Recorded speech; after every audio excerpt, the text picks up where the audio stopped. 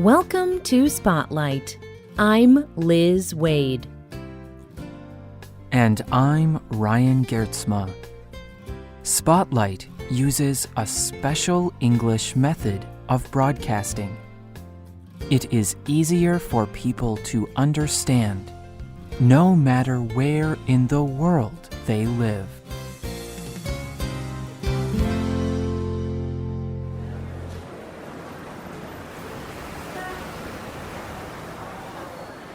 It is noisy waiting for the bus in a big city.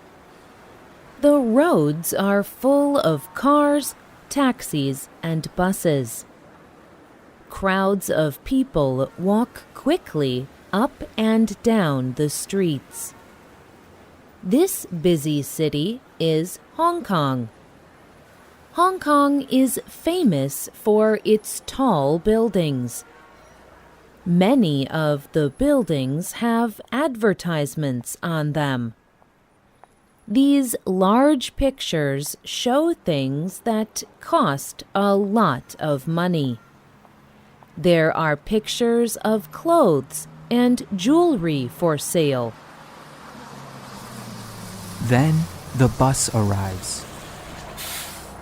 There is also an advertisement on the bus.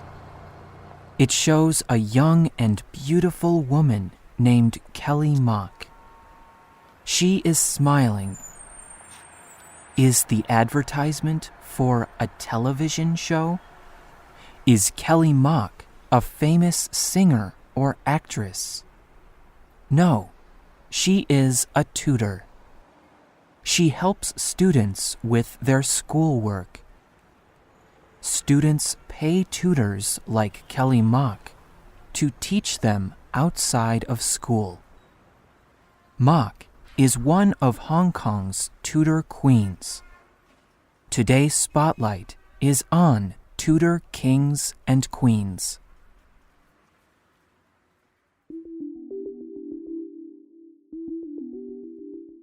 In Hong Kong, students must study very hard. They attend junior secondary school from ages 12 to 14. After this, there are 3 years of senior secondary school. Most students finish this at age 17. And then they take the HKDSE, the Hong Kong Diploma of Secondary Education. One examination tests 6 years of study. This one large test is very important. If a student does well, she may go on to study at a higher level. But if she does poorly, she may not get into university. This will limit her future job possibilities. There is a lot of pressure for students to do well on their exams. Many parents think a good solution is to pay for a tutor. A tutor gives private classes to help with particular subjects. School teachers often have many students in their classes. It is difficult to give enough help to every student. A tutor can give this extra help. Tutoring has become more and more popular in Southeast Asia. 1/3 of students in Hong Kong attend tutoring classes. In South Korea, 90% of school children have a tutor. Many people want their children to have a tutor.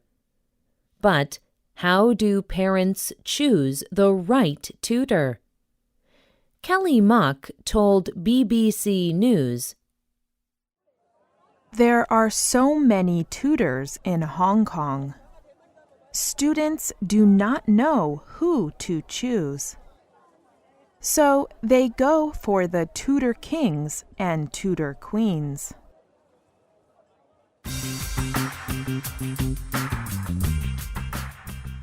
Tutor Kings and Tutor Queens have become famous in Hong Kong. These tutors are usually young and good-looking. They wear clothes that cost a lot of money. The Tutor Kings and Queens are real tutors, but they advertise themselves. Their beauty and nice clothing make them very popular among young people. This is why they are called kings and queens. They are famous. People in Hong Kong see pictures of the Tutor Kings and Queens everywhere. There are even advertisements for them on television.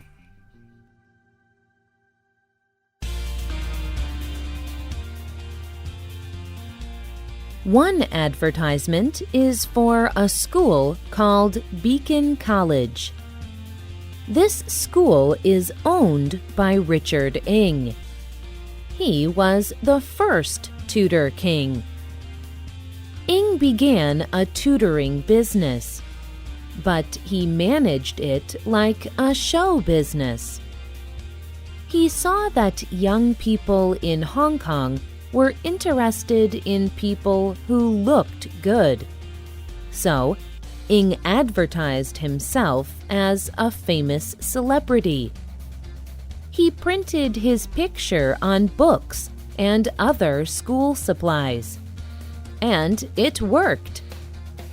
Many people soon knew who Richard Ng was. Students wanted to be in his class, and parents were willing to pay. Ng told the news organization CNN, "There was suddenly a chance for somebody to help students, somebody who could teach and who could present themselves well. At the same time, students find that I can help them. Every time they come to my classroom, they can see something beautiful. And more important, they can learn some very important exam skills. That is why my tutoring schools are worth it. That is why we are here."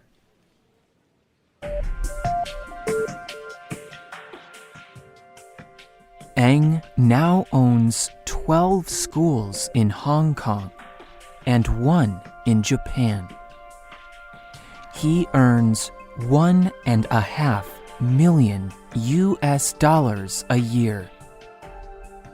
Not all of the Tutor Kings and Queens make this much money, but most of them still make much more money than an average school teacher. Many school teachers feel that their students are too interested in tutoring. The students spend all day in school, and then they spend the rest of the day at private tutoring. Some students even fall asleep at school. Other students do their tutoring homework during their school classes. Rosa Wong has a 16-year-old daughter.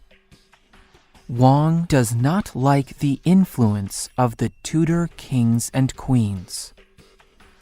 But her daughter takes 4 classes with famous tutors. Wong told the Wall Street Journal, "In my heart, I do not agree with these practices.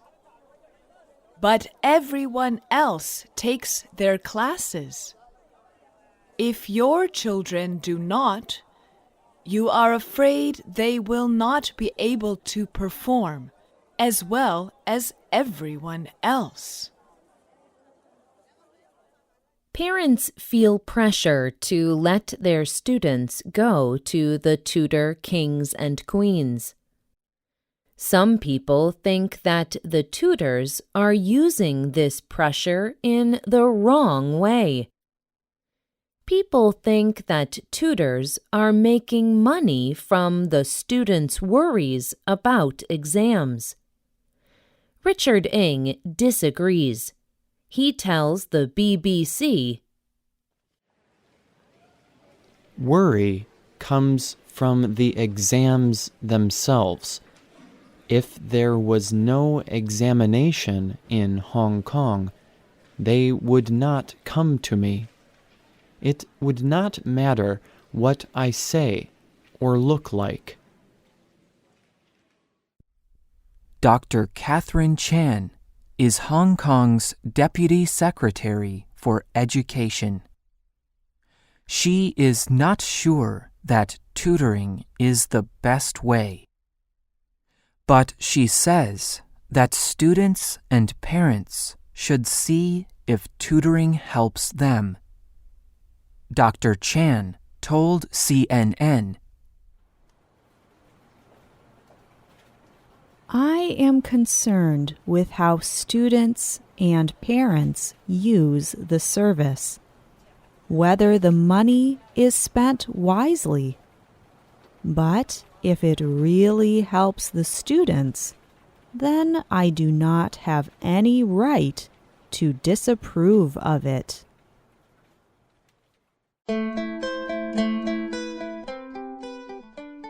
Richard Ng and Kelly Mock are famous for their beauty, but they have helped many students get better results on exams. Can you judge a good teacher or tutor by the way she looks? What do you think of Tutor Queens and Kings? Would you pay to learn from someone famous?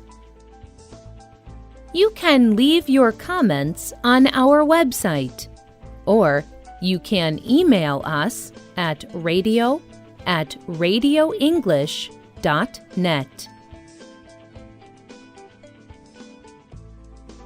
The writer and producer of this program was Rena Dam. The voices you heard were from the United States. All quotes were adapted for this program and voiced by Spotlight. You can listen to this program again and read it on the internet at www.radioenglish.net. This program is called Tutor Kings and Queens.